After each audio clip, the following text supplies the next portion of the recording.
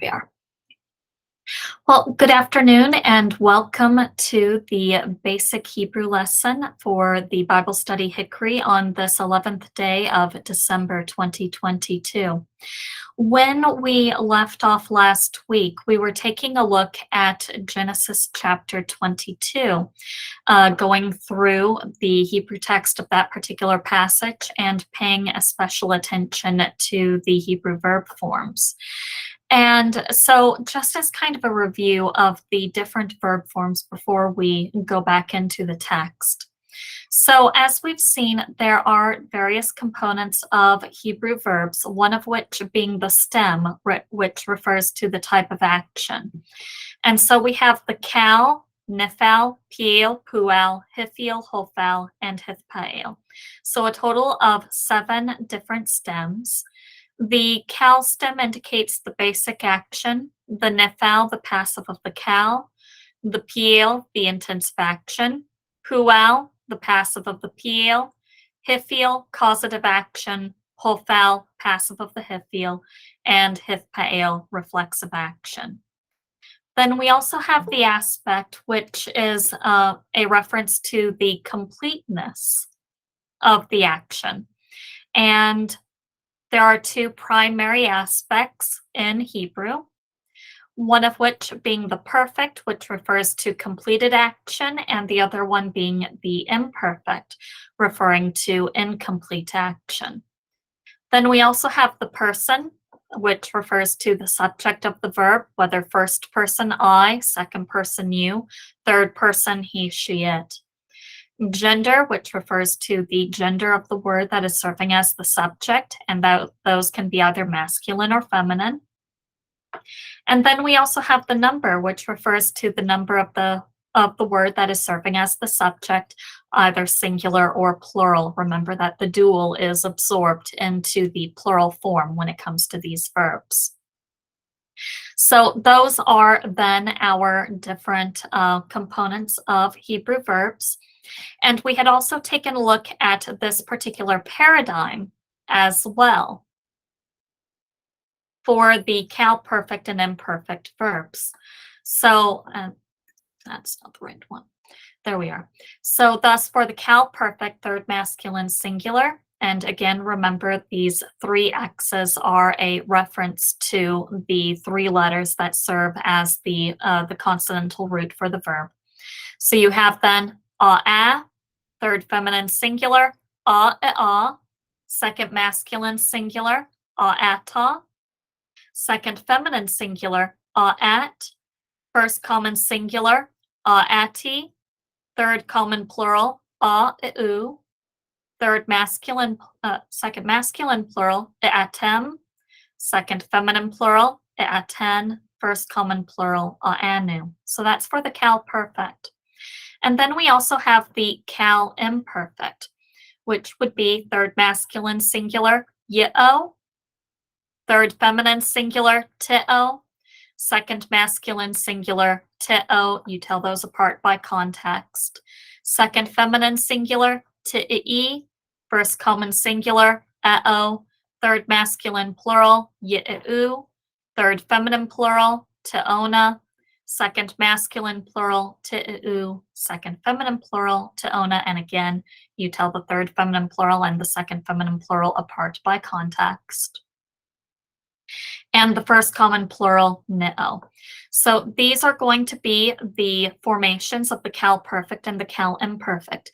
Now, the interesting thing is, if you know these forms for the perfect and the imperfect, these forms are the same no matter what stem it is that you're dealing with. So if you know these, you'll be able to identify the person, gender, and number of any perfect or imperfect verb that you come across.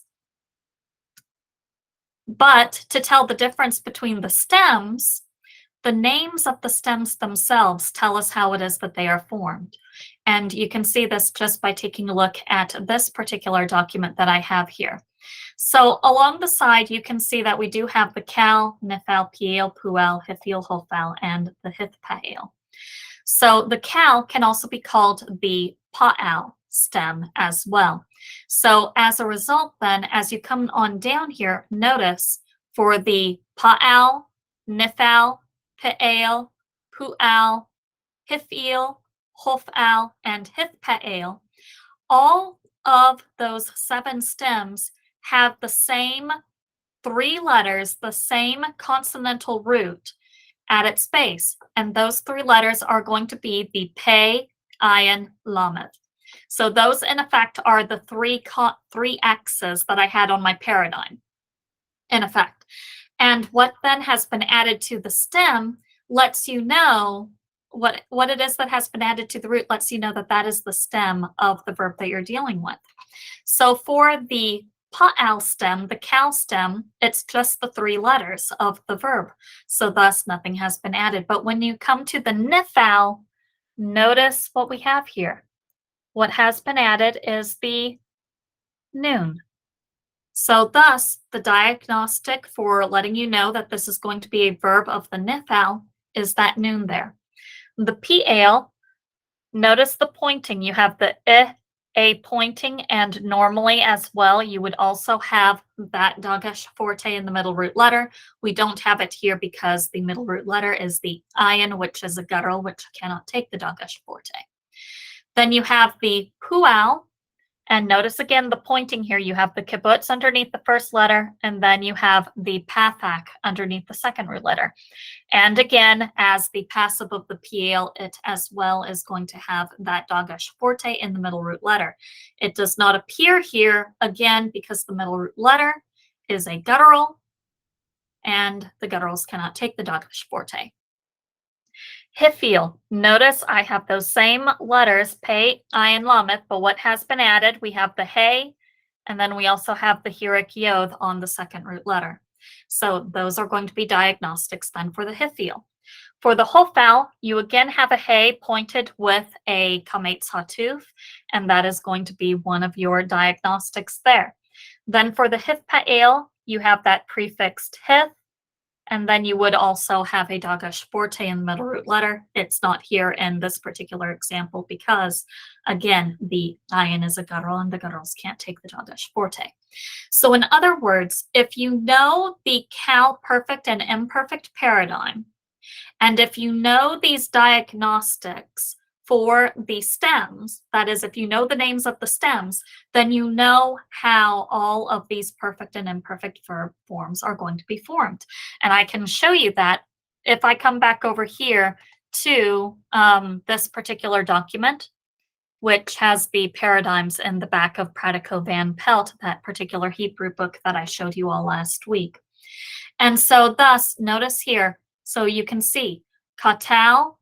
So here they're using the triliteral root, kof, teth, lamed. But when we come on over to the nifal, notice what has been added. The noon has been added. Diagnostic of the noon, of the nifal. Then you come on down here to the pa'al, and notice we've got that dagesh forte in the middle root letter, and we also have the a pointing. For the pu'al, you have that a pointing with the dagesh forte in the middle root letter.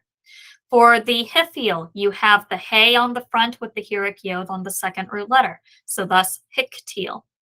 For the hofal, huktal or hoktal, depending, and you can see you basically have the hey with the kametz hatuf, or in some instances as well the kibbutz, and that is diagnostic then for the hofal. And then you come to the hifpa'al, and you can see that prefixed hif.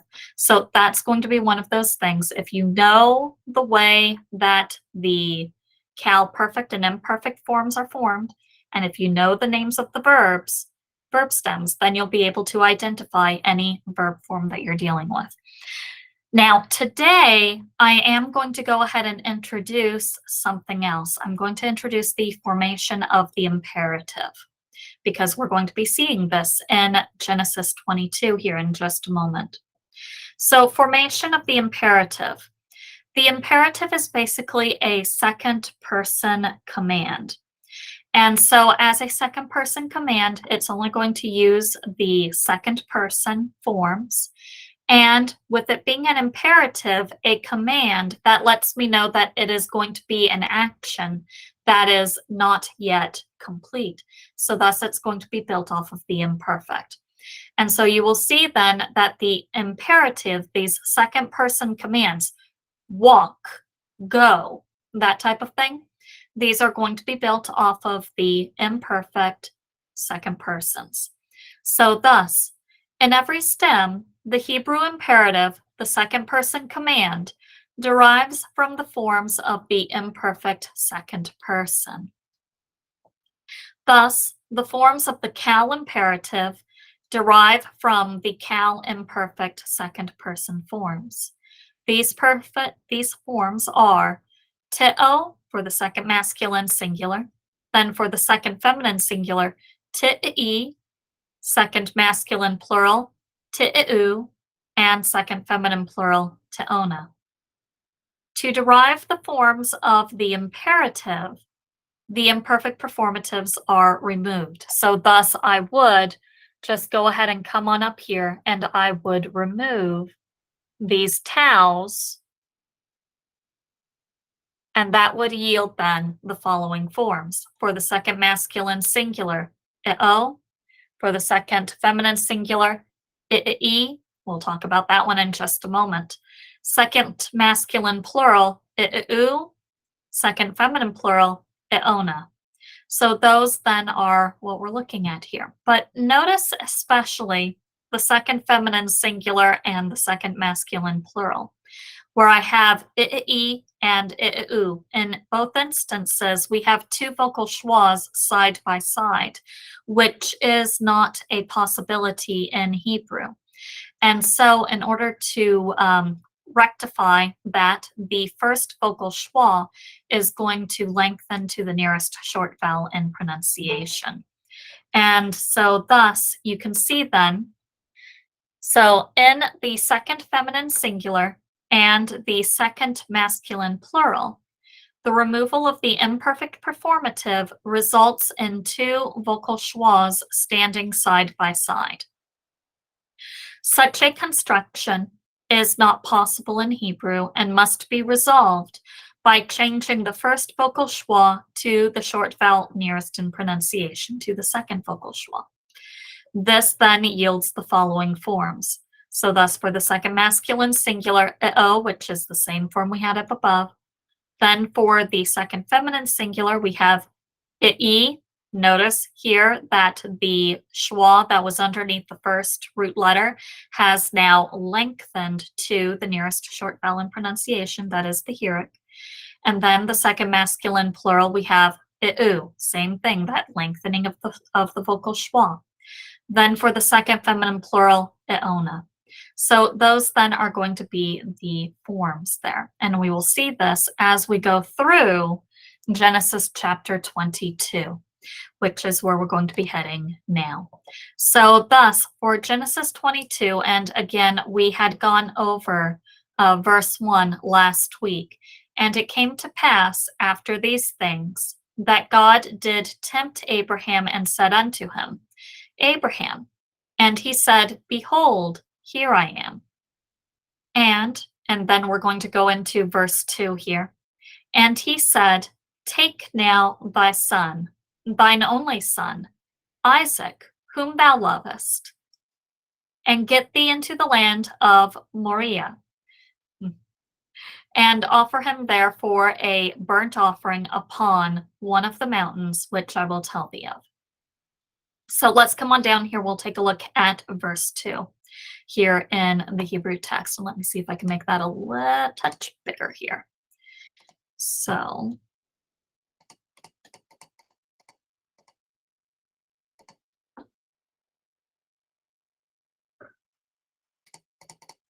there, I think that should be okay. So notice here the Hebrew text of verse 2 in Genesis chapter 22. Vayomer kachna eth binka eth yehidika asher ahavta eth Yitzchak. Wilek leka el eretz hamoria v'ha'alehu sham. Le'ola av achav heharim asher omer elaka. So that then is what we're looking at here. So notice here our very first word, wayomer. The first thing that I see in taking a look at this is the wow consecutive. That is the wow with the pathak followed by a dagesh forte.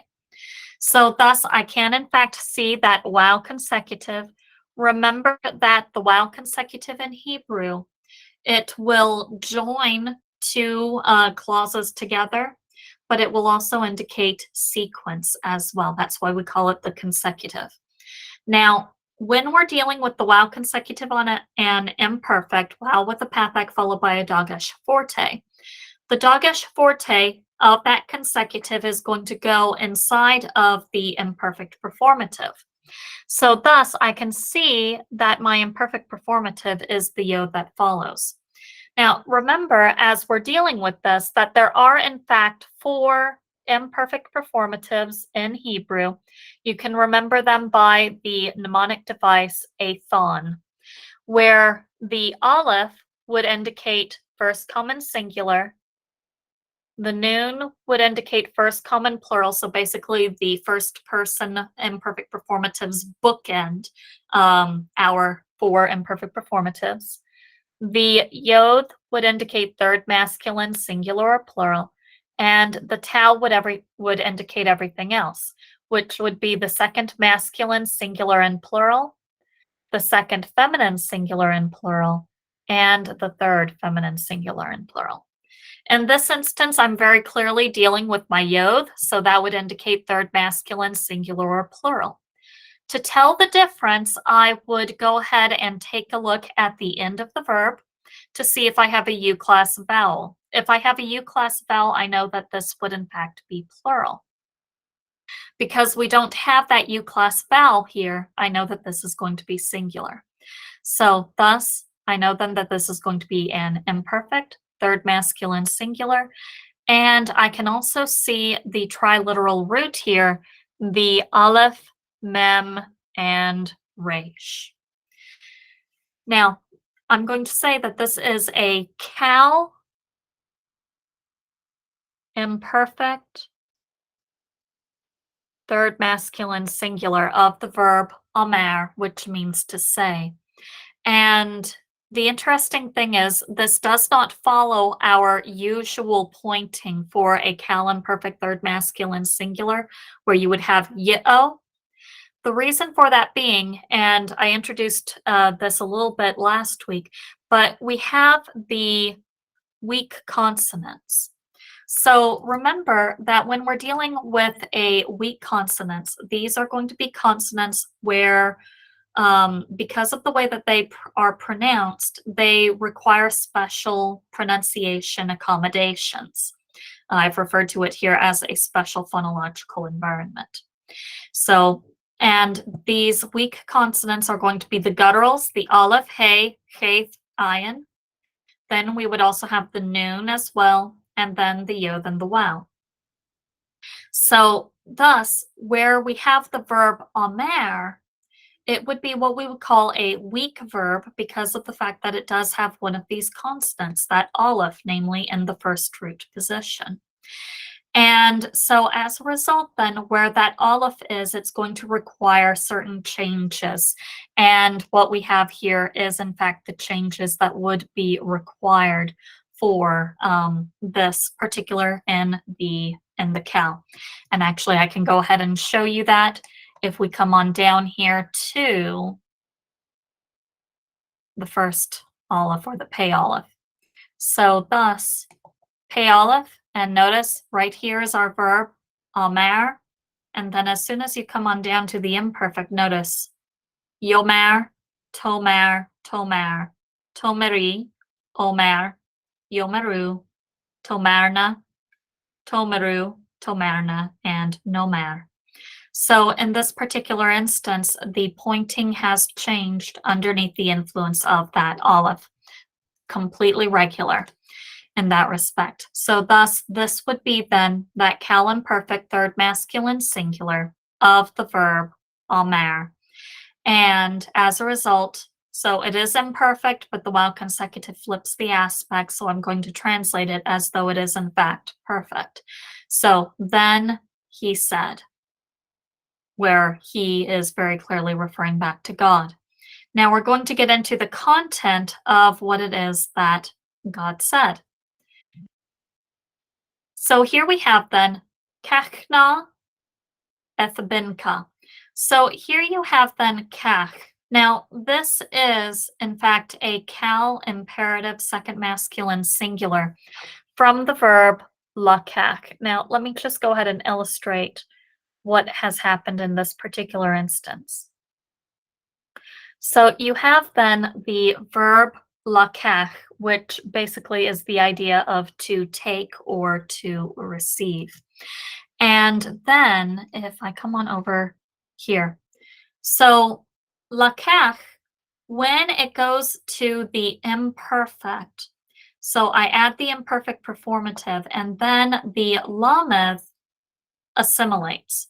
So what has happened, if I add, say, the imperfect performative here, I'll use the yod for right now. So thus we would have then y, o.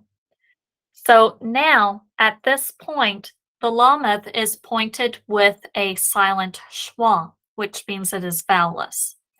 And so what the lameth does in this particular instance is it will go ahead and assimilate, and a dagash forte compensative is placed in the following letter.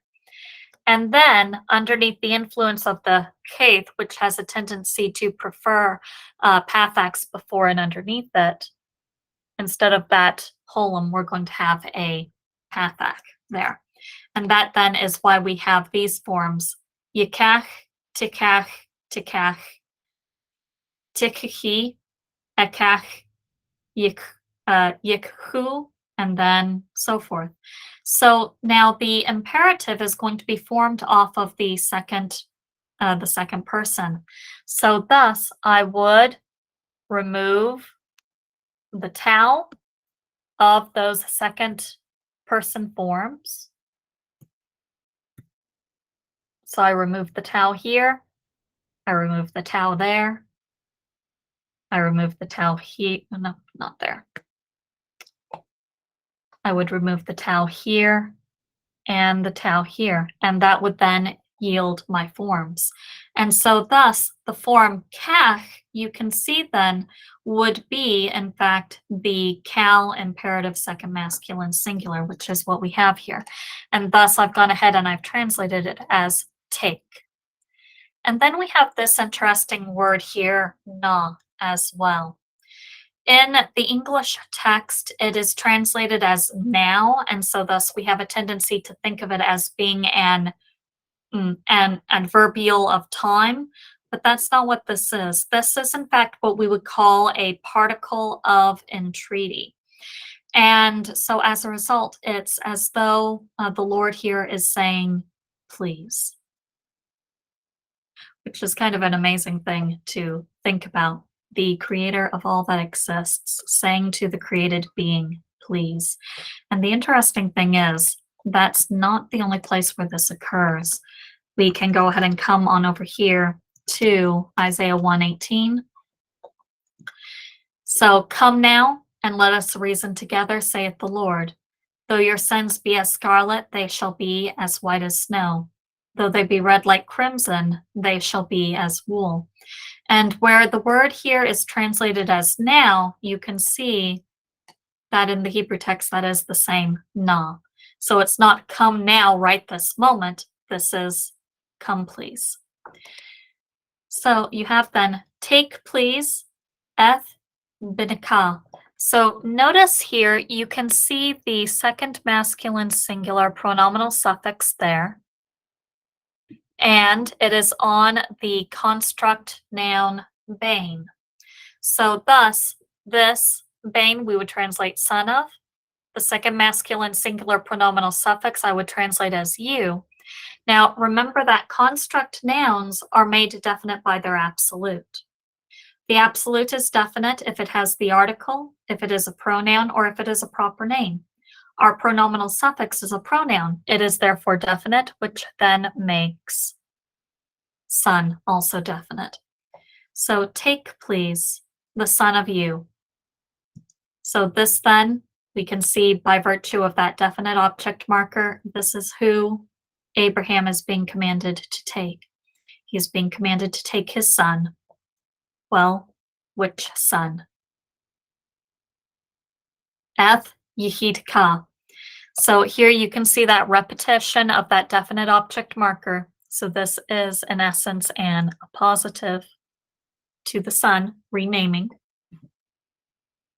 And this idea of Yehid, this is actually an adjective form of the word echad, which is basically the idea of one. And so you have then that idea of one or only, and then you have eka, that second masculine singular pronominal suffix again. So thus, this yehid is as though saying only one of, then the second masculine singular pronominal suffix you, which, just like above, is definite, which in turn makes yehid also definite. So the only one of you. But there's more information. We have a further clarification as to who this only one is. Asher ahavta. Now, asher is going to be that relative pronoun, which, and so it is thus introducing a relative clause modifying this. So the only one, which, ahavta. And so notice the pointing here, a'ata, that cal perfect second masculine singular of the verb aleph, hey, beith, ahav, which means to love. So, which you loved. Well, who is this only one of you which you loved? Well, we've got another appositive here. So another appositive, renaming the only one, renaming the son of you, as indicated by that definite object marker, and we have Yitzhak, Isaac. Now, I know the question that you're asking at this particular moment in time. The way that this is translated, the way that we have it here in the text is presenting this as though Isaac is the only one, the only son whom Abraham loved. And that is, in fact, what this text is saying. Now, but we'll clarify that in just a moment. But how can that be? Because we know that Abraham had not only Isaac by this point in time, but Ishmael had also been born. So the question then is, wait a minute, he has two sons, Ishmael and Isaac. Did Abraham not love Ishmael? And we know that Abraham did, because one, we know that it grieved Abraham to go ahead and ask Hagar and Ishmael to leave. And we also know that Abraham interceded on behalf of Ishmael, that Ishmael would in fact live before the Lord. So we know then that there was that. But bear in mind here what has happened. By this point in time, Ishmael and Hagar have already departed, and so only Isaac is there. Which means then, especially when we consider the meaning of the word ahav, love, and I can go ahead and take you to some passages, but basically this idea of love, this is not that emotional affection that we in the States have a tendency to dwell on. Rather, this idea of love is basically giving of oneself to bring about God's design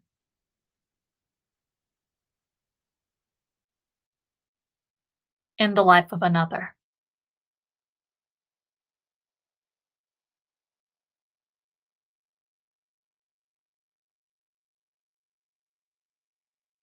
In other words, this is an action. It's not an emotion. It is actively giving of oneself to bring about God's best, to bring about God's design in the life of another.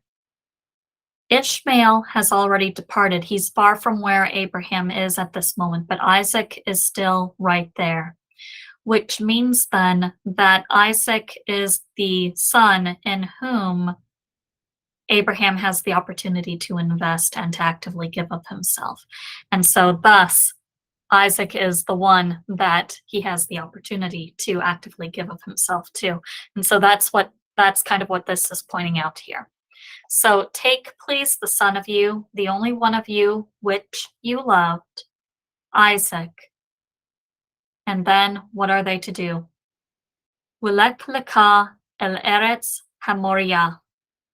So here again, you can see that we do have this wow conjunction. It is joining the kach and the wilek here. Now, this wilek comes from the verb halak. This is another one of those imperatives that we were talking about earlier. So you have then halak. When halak goes to the imperfect, it becomes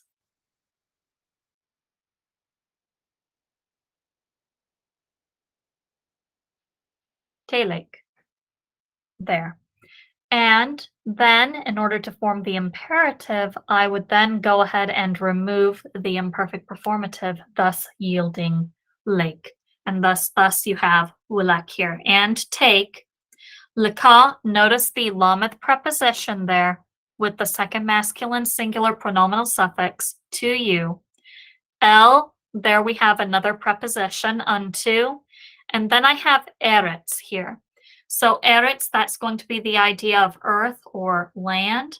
It is followed by another noun here, so that tells me that I've got a pretty good chance of eretz being in the construct form here. So land of Hamoria, would be, you can see hey with the pathak followed by a dagash forte there.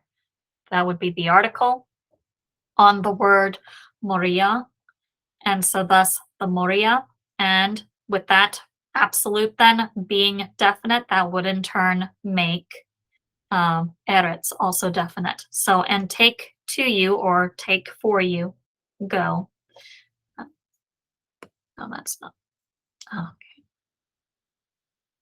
Sorry, halak has the idea of to go there. That's not take, that's going to be the idea of go. So, and go to you unto the land of the Moria. And then we have here, Waha alehu sham. Notice here you've got another one of those conjunctions. I have here the verb, the ayin, lameth, and there would be another hey here. And that would tell me that this is from the verb Allah. And then I can also see the hey of the hifil on the front of it. But the shortened vowel here, the reduced vowel all the way down to the composite schwa, that tells me that this is going to be one of those imperatives. Because remember, those imperatives have a tendency to begin with that schwa there.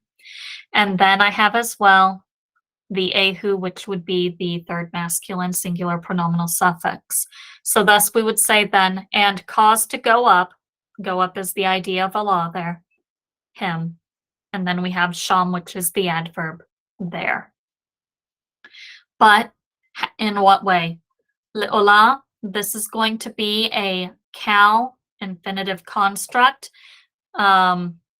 More on the infinitive construct later, but you can see there's a lamed and then the olah there. So basically to a going up offering. So thus you do have that noun idea. They've taken that verbal idea, they've turned it into a substantive. And then you have al, upon, akad, one of, heharim. And you can see here you have the word har, mountain, with the eem, masculine plural. And then I have the article on the front of it, the mountains, which in turn makes ahad definite as well. So, and cause to go up him there, to a going up offering upon the one of the mountains. Asher, there's that relative again, which, modifying the idea of the mountains there.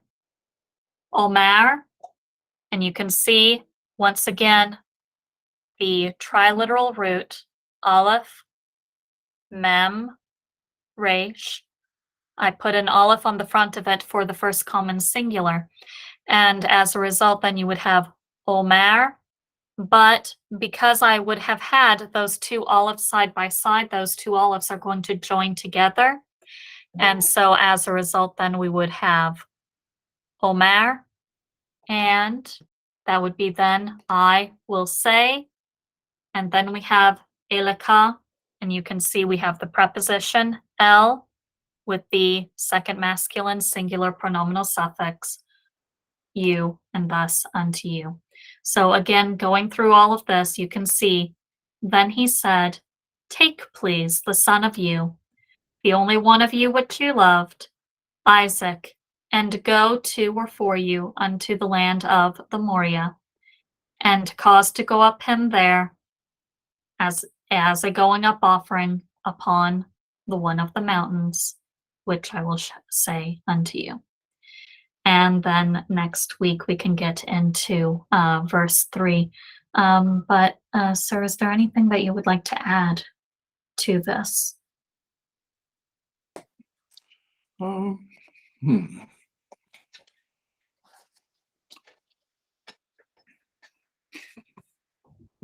That's the wrong question. But no, I got sidetracked, and I was over looking at something in Gerhardt's boss and trying to put something down here. No, I think that was good. I heard what you said, but it's let's see. I think we'll leave it at that, if that's all right with you. Sounds good. So I'll go ahead and any questions from anyone else before we go into the main part of this?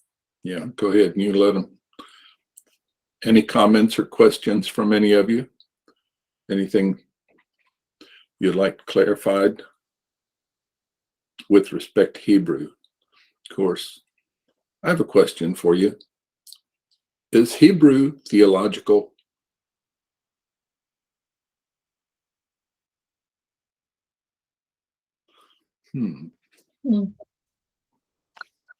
I would say most definitely. Now, okay, now I got to ask you, why do you think that Hebrew is, well, you don't think Hebrew is theological, you know Hebrew is theological. So why do you know Hebrew is theological? Because it is the language that the Lord chose to express himself and to build into his Adam, which means then that Hebrew says things in exactly the way that the Lord intended things to be communicated. And you don't think English does a better job? No, not at all. Not at all, for sure. English is a derived language of a derived language. Of a derived language. Yes. Et cetera. But, okay. Yeah, that'll be good. So if you want to close up there, if they don't have anything. All right. I'll go ahead and stop the recording.